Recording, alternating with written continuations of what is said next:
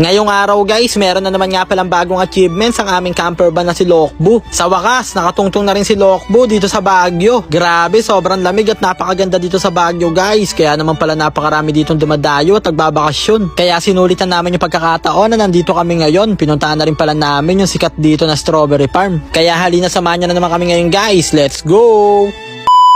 What's up sa inyo mga itik? Ngayong araw guys, pagtapos nga pala namin pumunta sa Bigan ay dediretso naman kami ngayon sa aming next destination. Bali ang susunod na pupuntahan nga pala namin ngayon guys ay ang napakagandang lugar dito sa Baguio. Kaya mula Bigan nga pala guys ay bumiyahe kami ng halos 6 na oras papunta dito. At habang paahon nga pala kami dito guys ay talagang kinakabahan kami dahil napakataas at napakatarik na mga dadaanan naming kalsada. Pero awa tulong ng Diyos naman guys ay kinaya naman ni Lokbu at pansamantala nga kaming huminto dito guys sa Gedli para tignan yung napakagandang view dito. Grabe, tignan nyo naman guys, pagbukas mo ng pintuan makikita mo dito yung napakagandang kalangitan. Talaga nga namang medyo na-elibs na kami dito kay Lokbu guys dahil tignan nyo naman yung inahon niya, ganito nakataas. Pero medyo kabado pa rin kami ng mga oras na to guys dahil balita namin sobrang dami daw mga matatarik na kalsada paakyat ng Baguio.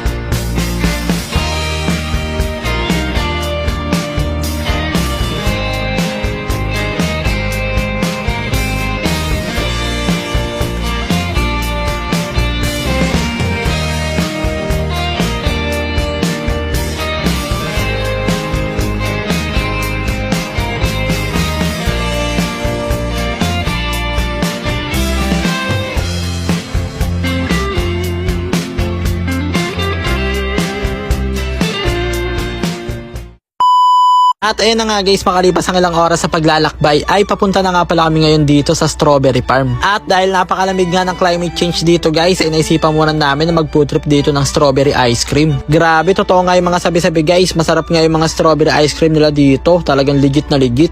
So ayun guys, pupunta namin ngayon dito yung strawberry farm dito sa Baguio. Grabe, ang dami dito mga mga bumibisita sa Baguio. Nakikita nyo ba yung guys? Ayun bundok ng mga bahay. Nakikita ko lang to dati sa Facebook.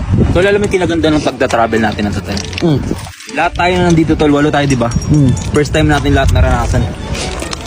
Loop, Baguio, Ilocos, diba? First time sa Baguio, walang chanelas. Ice cream yan.